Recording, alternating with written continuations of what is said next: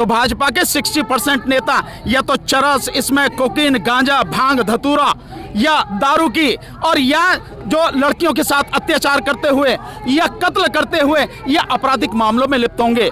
ये स्थिति भाजपा की है। नहीं, राष्ट्रीय हित क्या है? मोदी जी अपने लिए, अपनी मौज मस्ती के लिए 20,000 करोड़ के 2 जहाज खरीद रहे हैं, ये राष्ट्रीय हित है? जिस समय देश का बेड़ा गर्क हो रहा है, 35 करोड़ लोग बेरोजगार हैं और देश में बुरी तरह से महामारी भी चल रही है, सरकार के हिसाब से बेरोजगारी लगातार बढ़ रही है, साथ में नौकरियां खत्म हो रही हैं, रोजगार मिल नहीं रहा, आर्थिक स्थिति जो है बहुत बदतर हो रही है। उस समय 20,000 करोड़ की नई संसद और उसके आसपास का राजपथ के दोनों तरफ की बढ़िया बिल्डिंगों को तोड़ के विस्ता प्रोजेक्ट बनाया जा रहा है। क्या ये राष्ट्रहित है? मीडिया वॉइस, आपकी आवाज। भाजपा के एक नेता के पास से कोकीन बरामद हुआ है, इस पर आप क्या कहिएगा? क्योंकि अभी कुछ दिनों पहले जब रिया चक्रवर्ती का मैटर सामने आया था, तब भाजपा के सांसद ये कह रहे थे कि पूरा बॉलीवुड इसमें लिप्त है। कोई नई बात नहीं है। अगर वाकई में ढंग से इन्वेस्टिगेशन कर दी जाए ना, बढ़िया टीम इन्वेस्टिगेशन की बना दी जाए, तो भाजपा के 60% नेता या तो चरस, इसमें कोकीन, गांजा, भांग, धतूरा या दारू की और या जो लड़कियों के साथ अत्याचार करते हुए या कत्ल करते हुए या आपराधिक मामलों में लिप्त होंगे। ये स्थिति भाजपा की है। ये कहने वाली बात नहीं, ये हकीकत है। तो इनकी बात छोड़ो, इनको जो इन पे जो ना करें वो कम है। ये कुछ भी कर सकते हैं क्योंकि बिगड़ना तो उनका कुछ है नहीं। अभी उसको भी अरेस्ट इसलिए कर लिया गया क्योंकि वो पश्चिम बंगाल में है। अगर वो उत्तर प्रदेश में होती, नहीं अरेस्ट किया जाता। अगर वो हरियाणा में होती, नहीं अरेस्ट किया जाता। अगर सेंट्रल गवर्नमेंट को करना होता, नहीं अरेस्ट होती। लेकिन पश्चिम बंगाल में है इसलिए अरेस्ट कर लिया। एक और बात सामने आ रही है कि आंदोलनकारी जो है अब भीड़ इकट्ठा करने को लेकर आंदोलन में एक खुफिया प्लान बना रहे हैं। ये भी बात यार कमाल बात है। हम तो कुछ भी प्लान बनाए, हमारी मर्जी है। हम आंदोलन को कैसे मजबूत बनाए, ये हमारा तरीका है ना। इसमें किसी को हम क्या बताएंगे? कहीं ना कहीं भीड़ कम हो रही है। कहाँ हो रही है भीड़ कम? आप जाके देखो, ये भीड़ कम नजर आ रही है आपको? देखना 5 बजे कहाँ भीड़ कम नजर आ रही है आपको? ये एक झूठा प्रचार है और ये उस गोदी मीडिया का प्रचार है जो कहीं एक खाली वो रख लेते ना टेंट सा, और उसकी फोटो खींच के देखो भीड़ कम हो गई। गाजीपुर पे कोई नहीं है। भीड़ लगातार यहाँ पर उसी स्तर से बनी हुई है और जब जरूरत होगी उस समय भीड़ यहाँ 2 घंटे के अंदर अंदर लाखों की संख्या में इसी गाजीपुर बॉर्डर पर आपको दिखाई देंगे। ये जो किसान पंचायतें हो रही हैं, क्या ये आंदोलन की भीड़ नहीं है जो देश में लगातार हो रही है? उत्तर प्रदेश में है, हरियाणा में है, पंजाब में है। और अगर भीड़ देखनी हो तो आप कल जाके देखो, बरनाला में जो हो रही है किसान पंचायत हो रही है, उसमें 80,000 तो महिलाओं के आने की बात है। इतनी भीड़ है, इसे आप कम भीड़ करें? इस आंदोलन की गूंज न केवल देश में बल्कि इस समय दुनिया भर में हो रही है। वो यूरोप में भी है, वो कनाडा में भी है, वो यूएस में भी है। वो हर जगह लगातार इस आंदोलन की गूंज है क्योंकि ये आंदोलन इस समय राष्ट्रव्यापी ही नहीं, ये आंदोलन अंतर्राष्ट्रीय स्तर का बन चुका है और इस आंदोलन की तरफ दुनिया भर के किसान आंख लगाए देख रहे हैं क्योंकि ये आंदोलन जिस तरह से चल रहा है, शांतिपूर्वक तरीके से चल रहा है, लगातार बढ़ता चला जा रहा है। वो भी ये देख रहे हैं कि अगर ये जो किसान है जिन मांगों को लेकर ये लड़ रहे हैं, ये मांगे इनकी सफल हो जाती हैं और एमएसपी कानून बन जाता है, तो वाकई में इस आंदोलन के बाद पूरी दुनिया में किसानों के आंदोलन होंगे। तो न्यूयॉर्क टाइम में जो छपा है वो इसकी एक झलक है। सर, आज नीति आयोग की वीडियो कॉन्फ्रेंस में प्रधानमंत्री मोदी जी ने कहा है, पहला तो ये कहा कि 70 साल में सबसे ज्यादा विकास हुआ है, राज्य और स्टेट दोनों ने मिलकर काम किया। नहीं, आपने गलत सुना होगा। वो मोदी जी बता रहे हैं कि 70 साल में इनकी सरकार में सबसे ज्यादा विनाश हुआ है, विकास नहीं विनाश। वो गलत सुना होगा आपने। अच्छा, वो ये भी कह रहे थे कि हम ऐसी योजना ला रहे हैं कि भारत कृषि प्रधान देश बन जाएगा। अभी 70 से 80,000। अच्छा, अभी तक नहीं है तो अब ये है वो स्थिति कि अब उनका दिमाग बिल्कुल घूम गया, उन्हें नहीं पता क्या कहना क्या नहीं कहना। ये समझ में आ रही है ये स्थिति। पंजाब के जो चुनावी आंकड़े हैं, जो पंजाब के चुनावी आंकड़े जो अभी आए, कहीं ना कहीं आप इस आंदोलन की ताकत मानते हो? देखिए, हर वो काम जो आपको दिख रहा है जिसमें बीजेपी का सफाया हो रहा है, निश्चित रूप से उस हर बात पर इस आंदोलन का असर है क्योंकि शहरों में रहने वाले जो लोग हैं वो भी गांव से ही गए हैं। चंद लोगों को छोड़ दें जो अब पैदा हो रहे हैं, नई नस्ल जो है, उनके अलावा बाकी लोग हैं सब गांव से ही शहरों में गए हैं। ये दिल्ली जो आप देख रहे हो, इस दिल्ली में दिल्ली के रहने वाले लोगों की संख्या बहुत कम है। दिल्ली से बाहर दुनिया भर से और देश भर से जो आए हुए लोग हैं उनकी संख्या बहुत ज्यादा है। और वो लोग कहां से आए हैं? अलग अलग गांवों से आए हैं। तो किसान आंदोलन का असर इस समय देश में होने वाली हर चीज पर पड़ रहा है और ये आपको दिखेगा भी, जैसा आपको पंजाब के चुनाव में दिखा है। वो तो एक नजारा है, अभी आने वाले समय में बहुत बड़ा नजारा दिखेगा आपको। वो पश्चिम बंगाल में दिखेगा, वो आपको असम में दिखेगा, वो आपको तमिलनाडु में दिखेगा, हर जगह ये नजारा दिखेगा आपको। इस आंदोलन का असर बहुत गहरा है, बहुत व्यापक है। लेकिन अमित शाह जी कह रहे हैं कि पश्चिम बंगाल में इसका पॉजिटिव असर दिखेगा हमको, क्योंकि 6,000 रुपए वहाँ पर किसान सम्मान निधि का नहीं मिलता है। नहीं मिलता, लेकिन आपसे ज्यादा 6,000 से ज्यादा ममता बनर्जी किसानों को देती हैं, किसानों को और सुविधाएं देती हैं। उनकी फसल बिक जाए और पैसा मिल जाए, वो सारी सुविधाएं ममता बनर्जी वहां देती हैं। इसलिए तुम्हारे 6,000 की बात जो है ना, वो कहीं कुछ टिकती नहीं है। लगातार महंगाई बढ़ रही है, पेट्रोल डीजल एलपीजी के गैस के सिलेंडर महंगे हो रहे हैं, लेकिन मोदी भक्त कह रहे हैं अगर ये 500 में भी मिलेंगे तो हम ले लेंगे, हमें कोई दिक्कत नहीं है। इसीलिए तो भक्त हैं भाई। और भक्त का मतलब क्या है? अंधभक्त का मतलब है अगर उससे ये कहा जाए तो गोबर चाट ले तो चाट लेगा, यही है अंधभक्त का मतलब, यह है। तो वो जो सही कह रहे हैं, देखिए उनके पास क्यों कह रहे हैं, एक तो सोचने समझने की बुद्धि नहीं है, बुद्धि कुंद हो चुकी है।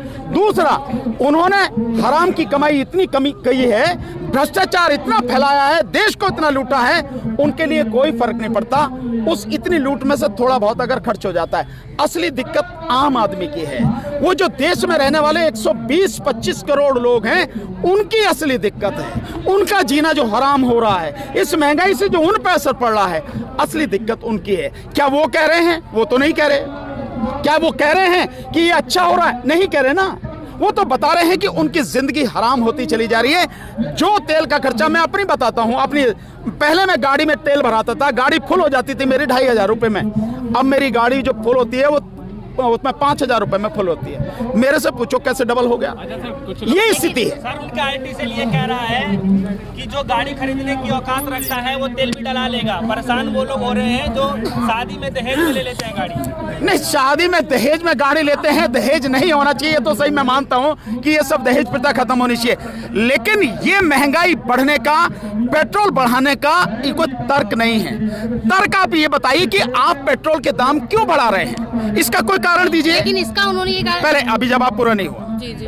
तर्क ये होना चाहिए कि हम महंगाई इसलिए बढ़ा रहे हैं, ये तेल का दाम इसलिए बढ़ रहा है, जैसे सरकार कहती है कि अंतर्राष्ट्रीय मार्केट में तेल के दाम बढ़ रहे हैं। ऐसा तो नहीं है। मोदी जी ने यही कहा था ना कि अंतर्राष्ट्रीय बाजार के अकॉर्डिंग इसके दाम बढ़ेंगे और घटेंगे। पर आज की तारीख में जब अंतर्राष्ट्रीय बाजार में तेल के दाम 2013-14 से आधे से भी कम रह गए हैं, तब आप क्यों बढ़ा रहे हैं तेल के दाम? उस समय जो था $145 तक चला गया था प्रति बैरल।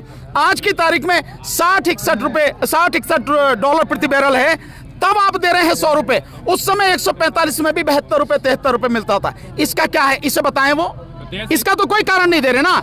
डीजल आपने, उस समय डीजल मिलता था 38 से 40 रुपए, आज डीजल आपने बिल्कुल पेट्रोल के बराबर खड़ा कर दिया। दुगना हो गया पेट्रोल का दाम, दुगने से भी ज्यादा हो गया। इसका क्या वो है? कुछ लोग कह रहे हैं कि राष्ट्रीय हित के लिए जो है थोड़ा बहुत तो महंगाई सही सकते हैं लोग। नहीं, राष्ट्रीय हित क्या है? मोदी जी अपने लिए, अपनी मौज मस्ती के लिए 20,000 करोड़ के 2 जहाज खरीद रहे हैं, ये राष्ट्रीय हित है। जिस समय देश का बेड़ा गर्क हो रहा है, 35 करोड़ लोग बेरोजगार हैं और देश में बुरी तरह से महामारी भी चल रही है, सरकार के हिसाब से बेरोजगारी लगातार बढ़ रही है, साथ में नौकरियां खत्म हो रही हैं, रोजगार मिल नहीं रहा, आर्थिक स्थिति जो है बहुत बदतर हो रही है।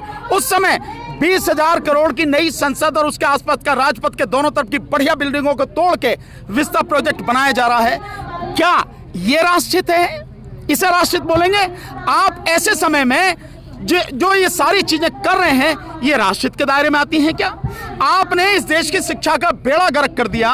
जो सरकारी शिक्षा है उसको पूरी तरह से तबाह कर दिया। जो प्राइवेट सेक्टर है उसमें आपने उनको खुली छूट दे दी है, लूट की छूट दे दी है। क्या ये राष्ट्रहित है?